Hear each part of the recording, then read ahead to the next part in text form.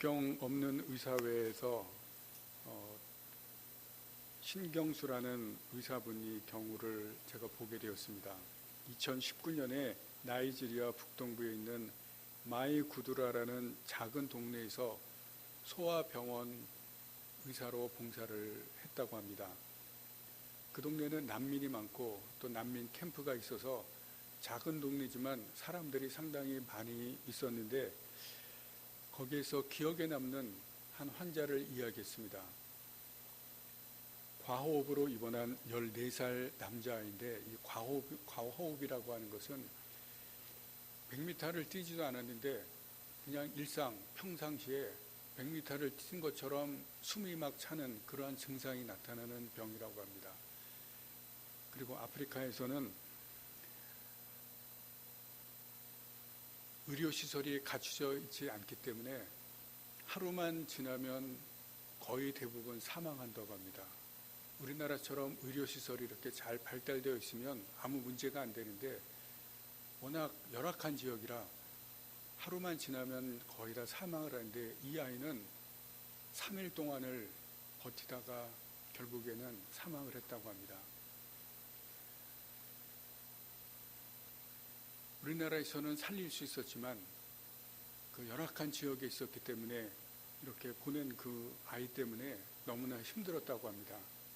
그리고 처음에 그곳에 갔을 때는 거의 한 달 동안 잠을 못 잤다고 합니다. 낮에 본 환자들이 생각나고 낮에 본 환자들 어떻게 하면 살릴 것인가, 또 사망한 환자들을 보면서 한 달 동안은 거의 잠을 자지 못하고 너무나 힘들었다고 합니다. 그런데 이분이 이 국경 없는 의사회에 올해 다시 가서 봉사하겠다고 결심을 했습니다. 그 이유는 그곳에 있는 사람들이 의사를 필요로 했기 때문에 그렇습니다. 의사가 너무나 절실하게 필요했기 때문에 그 필요성을 알기 때문에 다시 가겠다는 겁니다. 오늘 본문은 우리가 잘 아는 말씀입니다.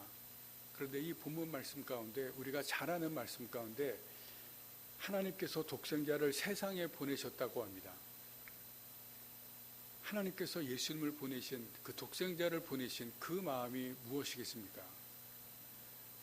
그 마음은 하나님의 아픈 사랑입니다. 우리가 여기에 하나님의 사랑이라고 말씀을 하는데 이 사랑은 아픈 사랑입니다. 하나님을 괴롭게 한 것이 있었기 때문에 그렇습니다. 하나님이시지만 마음이 괴롭고 아팠습니다. 그것은 불순종하는 사람들, 죄 짓는 사람들 때문입니다.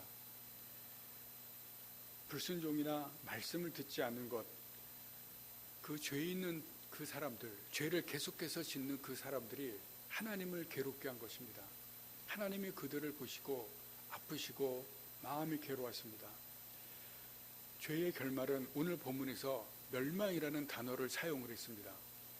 그냥 망하는 것이 아니라 완전히 망하는 것이고 영원히 죽음에 처하는 것이기 때문에 멸망이라는 단어를 사용을 했습니다. 하나님께서 그래서 죄 지은 인간들을 위한 간절함이 계셨습니다.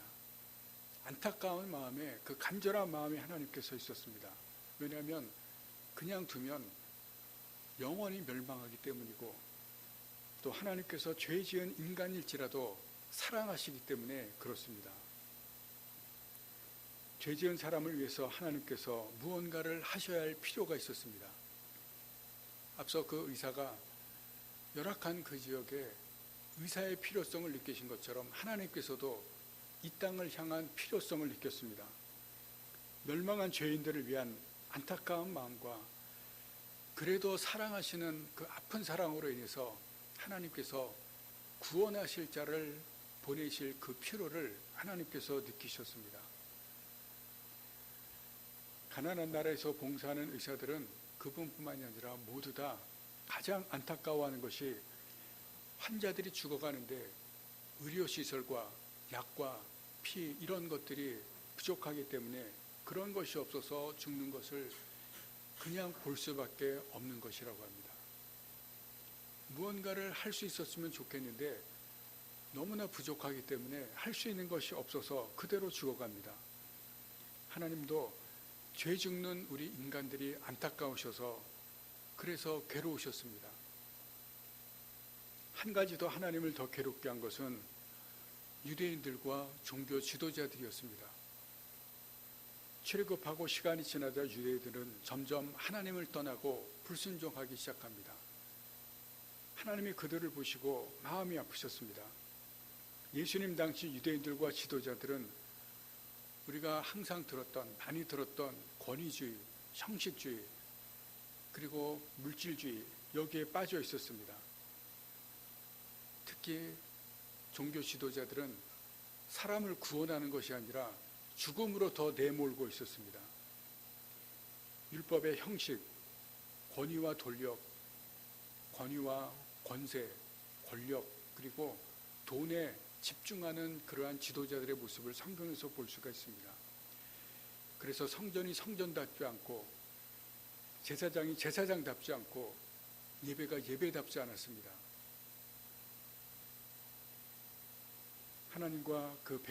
하나님의 백성들과 지도자들이 자신들의 주어진 역할을 제대로 감당하지 않았기 때문입니다. 그래서 하나님이 괴로우셨습니다.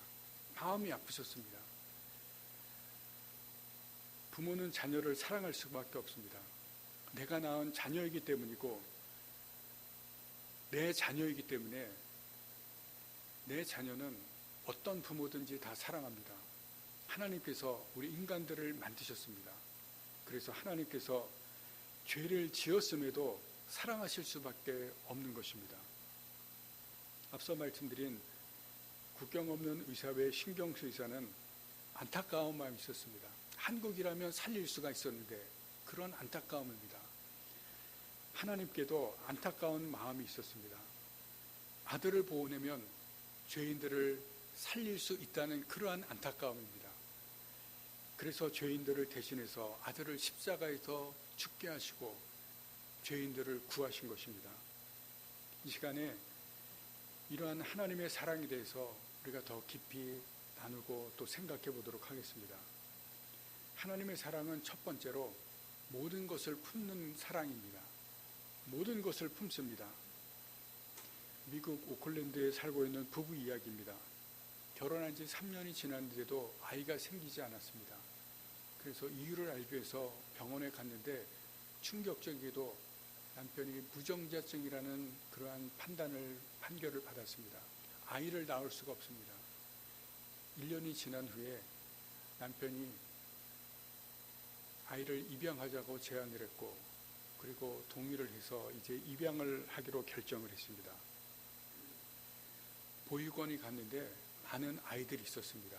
남편은 여자아이를 원했는데 남자아이들이 모여서 축구를 하는데 한쪽 구석에 어떤 아이가 혼자 앉아있는 것을 아내가 보았습니다. 너무나 외로운 모습이었습니다. 그래서 보육원 관계자에게 물어보니까 한국 아이인데 부모님이 다 돌아가시고 아무도 돌보지를 않아서 이 보육원에 왔다고 이야기를 합니다. 10개월이 지났는데 아무하고도 얘기를 하지 않고 저렇게 있어서 보육원에서도 그냥 내버려 둔다는 것입니다. 이 부인이 그 아이를 보고 남편에게 그 아이를 입양하자고 이야기하고 집에 데리고 왔습니다. 그런데 진우라는 이 아이는 집에 와서 이 양부모의 눈치를 봅니다. 마음을 쉽게 열지를 못합니다. 언제나 자기 혼자 생각에 잠겨있는 시간들이 많았습니다. 그러던 어느 날 이 진우가 스스로 야구를 하기로 생각하고 부모님께 말씀을 들어서 이제 허락을 받았습니다. 그때부터 열심히 야구를 하고 이제 성장해서 마이너리그로 가게 되었습니다. 근데 거기에서 하루는 운동을 마치고 친구들과 함께 식사를 하러 가는 중에 교통사고를 당했습니다. 마약을 하던 상대가 마약에 취해서 그대로 정면으로 충돌한 것입니다. 같이 있던 친구들 다 다쳤는데 이 진우가 더 많이 다쳤습니다. 양쪽 다리 다 부러지고 한쪽 손목이 완전히 오른쪽 손이 비틀어졌습니다. 이때부터 부모님이 이 진우를 위해서 치료와 재활을 돕기 위해서 헌신적으로 돌보게 됩니다. 재활운동이 오래되면서 별 진척이 없자 진우가 아버지에게 이야기를 하면서 이 치료를 그만두려고 포기하는 마음을 가졌습니다. 또 점점 아버지에게 화를 내기도 하고 부딪히기도 하면서 아버지와 사이가 멀어지려고 하는 그 순간에 그럴 때마다 이 양아버지가 진우를 이해하고 또 받아주고 다시 일으켜 세워주기 위해서 많은 노력을 했습니다. 그러던 어느 날 이 아이가 자기를 위해서 헌신하는 그 아버지에게 자기가 투정을 부리고 그리고 힘들게 해서 죄송하다고 하면서 눈물을 흘렸습니다. 아버지 품에 안기는 그런 날이 왔습니다. 왜냐하면 그날 급성 장염으로 이제 설사를 하게 되었는데 꼼짝 못하고 있었기 때문에 침대에서 8번이나 설사를 했습니다. 그런데 이 양아버지가 아무런 싫은 내색도 안 하고 손에 그 오물이 다 묻어가면서까지 8번을 다 묵묵하게 치웠습니다. 자신을 그 설산한 그 대변을 손에 물쳐가면서까지 다 씻겨내고 처리하는 그 모습을 보면서 이 아들이 감동을 했습니다. 그래서 드디어 아버지에게 마음문을 열기 시작한 겁니다. 3년 후에 한쪽 다리를 절로 거렸지만 모든 치료와 재활을 마치고 퇴원을 했습니다. 그런데 미국 치료비는 들어서 아시는 분들 계시겠지만 우리나라보다 치료비가 굉장히 비쌉니다. 보험이 없으면 많은 치료비를 내야 되는데 상대 차량이 마약을 하고 차를 보험에 들지 않았기 때문에 많은 치료비를 내면서 집안 경제가 다 엉망이 됐습니다.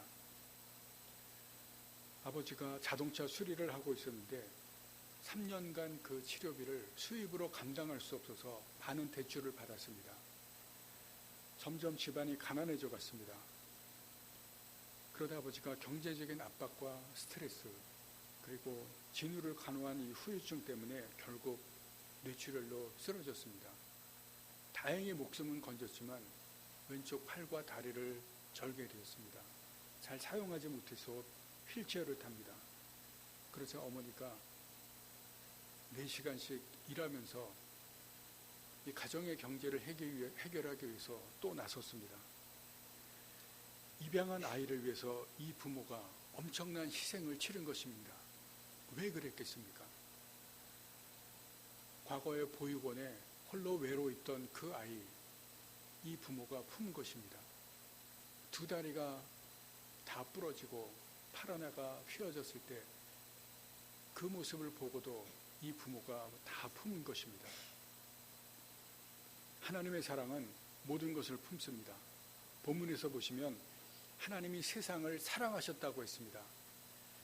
여기에는 하나님께서 창조하신 아름다운 세상이기도 하지만 인간들이 죄짓는 그러한 세상입니다. 그 세상을 하나님께서 사랑하셨다고 말씀합니다. 우리가 이 안에 살면서 우리도 죄를 쌓아가고 있습니다. 여전히 죄를 지으면서 그 죄를 쌓아갑니다. 그러나 하나님은 땅의 세상에서 지은 우리의 죄까지도 품으시는 것을 말씀합니다. 하나님께서 세상을 사랑하신다는 것은 그러한 세상을 사랑하는 것입니다. 그래서 독생자를 세상에 보내시고 십자가에서 대신 죽게 하셨습니다. 여러분, 하나님은 우리가 죄와 허물이 있어서 우리를 미워하시는 것이 아니라 사랑하십니다. 고와 같이 의지할 곳 없는 우리를 품으시고 그리고 죄로 망가지는 우리를 모든 것을 다 품으시는 그 하나님의 사랑을 보여주시고 있습니다. 2번째, 하나님의 사랑은 기다리시는 사랑입니다. 성경을 보시면 하나님의 기다리에서 말씀하시는 그러한 내용들이 많이 있습니다. 특히 구약의 큰 줄기 중에 하나는 죄 지은 이스라엘 백성들을 기다리시는 하나님을 보여주십니다. 여러분, 구약의 핵심은 기다리시는 하나님의 모습, 그것이 구약에 나타나 있습니다. 죄를 짓고 회개하기까지, 다시 하나님께 돌아오기까지 기다리시는 하나님이십니다. 신약에서 대표적인 탕자의 비유도 기다리시는 아버지, 기다리는 하나님을 보여주시고 있습니다. 조혜련 씨가 한 방송에 나와서 자녀들에 대한 이야기를 했습니다. 이제는 신앙인이 되었고, 그리고 자녀들도 대학에 가고 자녀들과 관계도 회복되었지만, 과거에는 이 자녀들 때문에 굉장히 마음을 상했다고 합니다. 아들이 13살 때 이혼했는데 엄마가 무슨 말만 하면 성질을 냅니다. 짜증을 내고 사사건건 부딪혔습니다. 이혼 때문에 방황하던 아들이 게임에 빠져서 다니던 중학교를 그만두고 고등학교에도 들어가지를 못했다고 합니다. 그리고 계속 방황을 하면서 중학교 때 하던 축구를 그만뒀습니다. 그 좋아하던 축구도 그만두고 또 드럼을 하다가 그것도 그만두었습니다. 국제학교를 받아둬서 거기에 들어갔는데 국제학교도 그만뒀습니다. 기독교 학교에 들어갔다 또 그만둡니다. 필리핀에 유학 갔는데 그것도 중단합니다. 방황이 너무 심하니까 모든 하던 것을 다 중단합니다. 그래서 18살 나이에 초등학교 졸업생, 그 졸업장을 마친 그 상태로 중학교도 고등학교 졸업병도 없는 그런 상태였다고 합니다. 여러분, 이렇게 된 것은 이 엄마의 조급함 때문입니다. 방황한 아들을 빨리 안정시키고 공부시키겠다는 급한 마음에 여기저기 학교마다 다 보낸 것입니다. 아이의 마음을 헤아려 준 것이 아니라 엄마의 조급함이 있었습니다. 거기다 공부 잘하던 딸까지 명문 고등학교를 입학했는데 3개월 만에 자퇴하고 나왔습니다. 아들은 방황하지만 딸은 잘할 것이라고 생각했는데 그 모든 것이 다 무너진 것입니다. 나중에 조혜련 집사님이 한 말이 있습니다. 내가 애들을 기다려주지 못했다. 나중에 깨달았습니다. 정작 필요할 때 기다려주지 못한 그 모습을 깨달은 것입니다.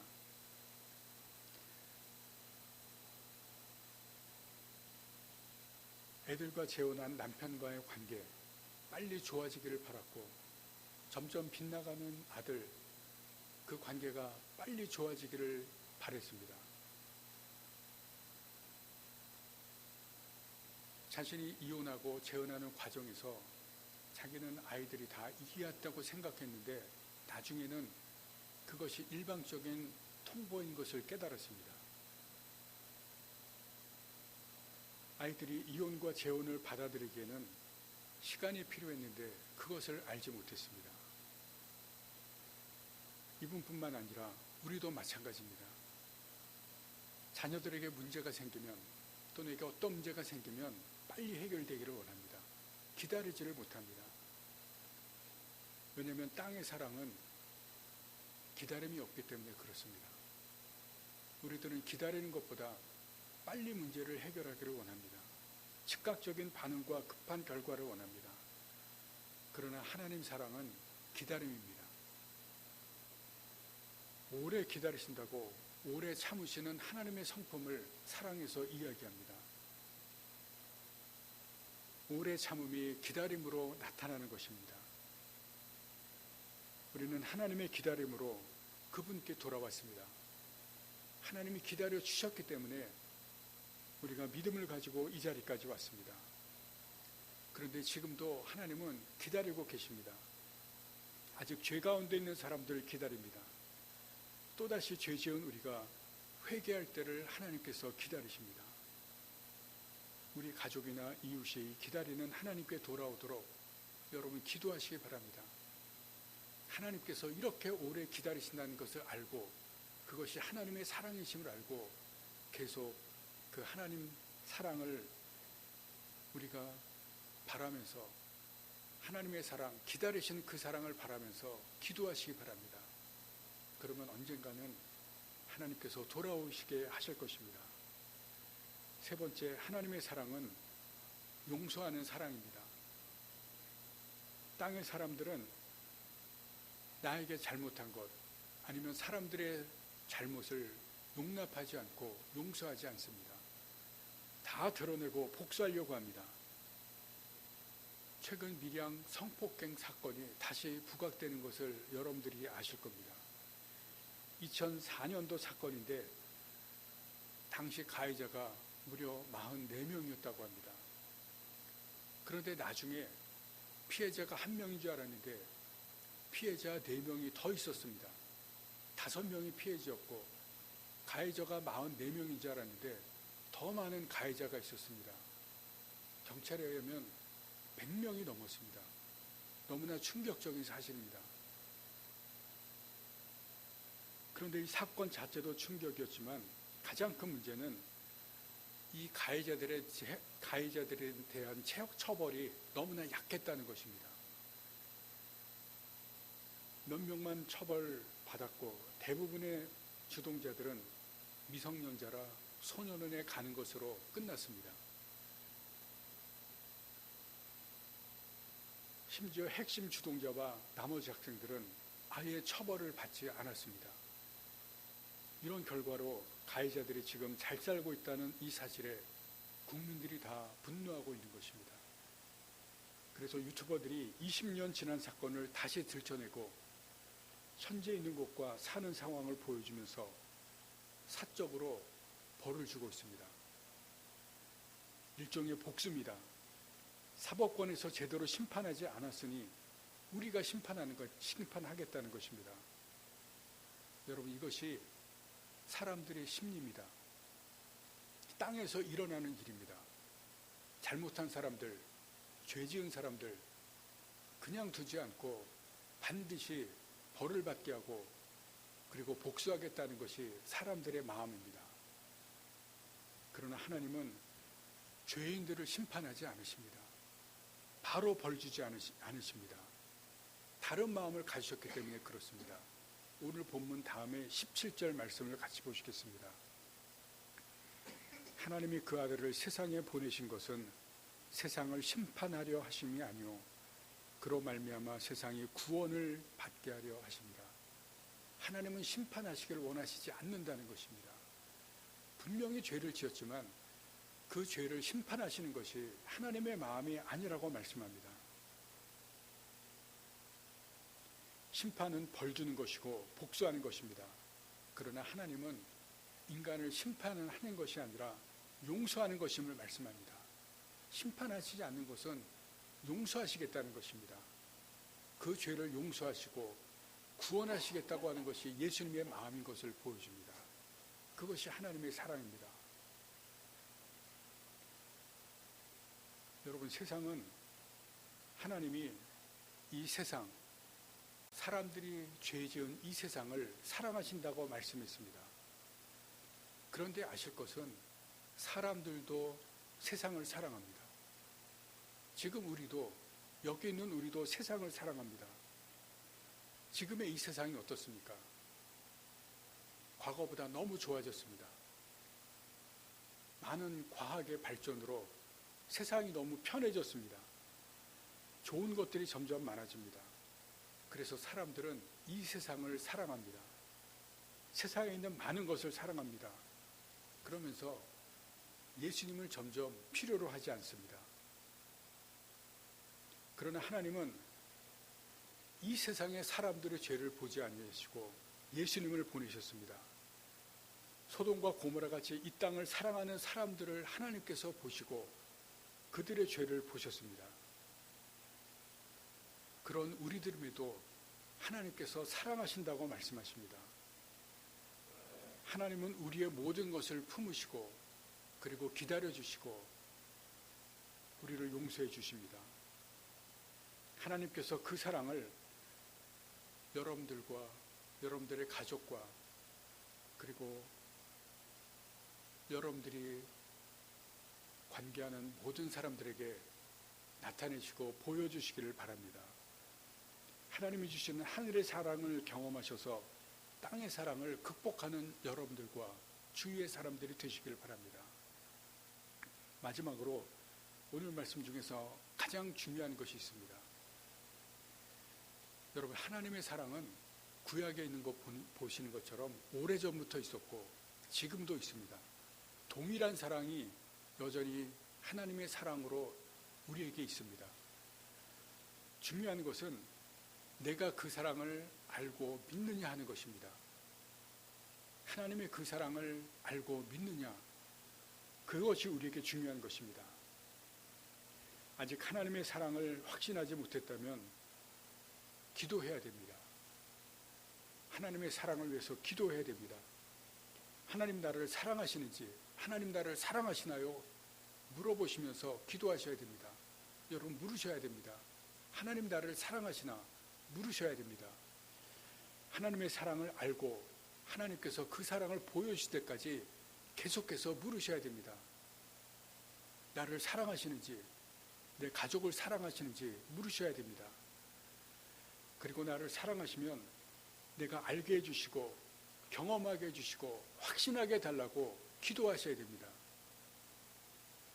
하나님의 사랑을 갈망하는 자에게 하나님께서 사랑을 나타내시고 보여주십니다. 갈망하는 그 마음을 보시고 하나님께서 보여주십니다. 믿게 하십니다. 우리 모두 하나님의 사랑을 알고 경험하시고 확신하실 수 있기를 바랍니다. 내 주위에 아직도 하나님의 사랑을 알지 못하는 사람이 있어 기도하시면서 그 사람들이 하나님의 사랑을 알고 확신하고 그리고 그 사랑 가운데 살아갈 수 있기를 기도하시기를 바랍니다. 그러면 하나님께서 우리의 기도를 들으시고 우리에게 사랑을 부어주시고 내 가족에게, 내가 사랑하는 사람에게 하나님의 사랑을 부어주실 것입니다. 기도하시겠습니다.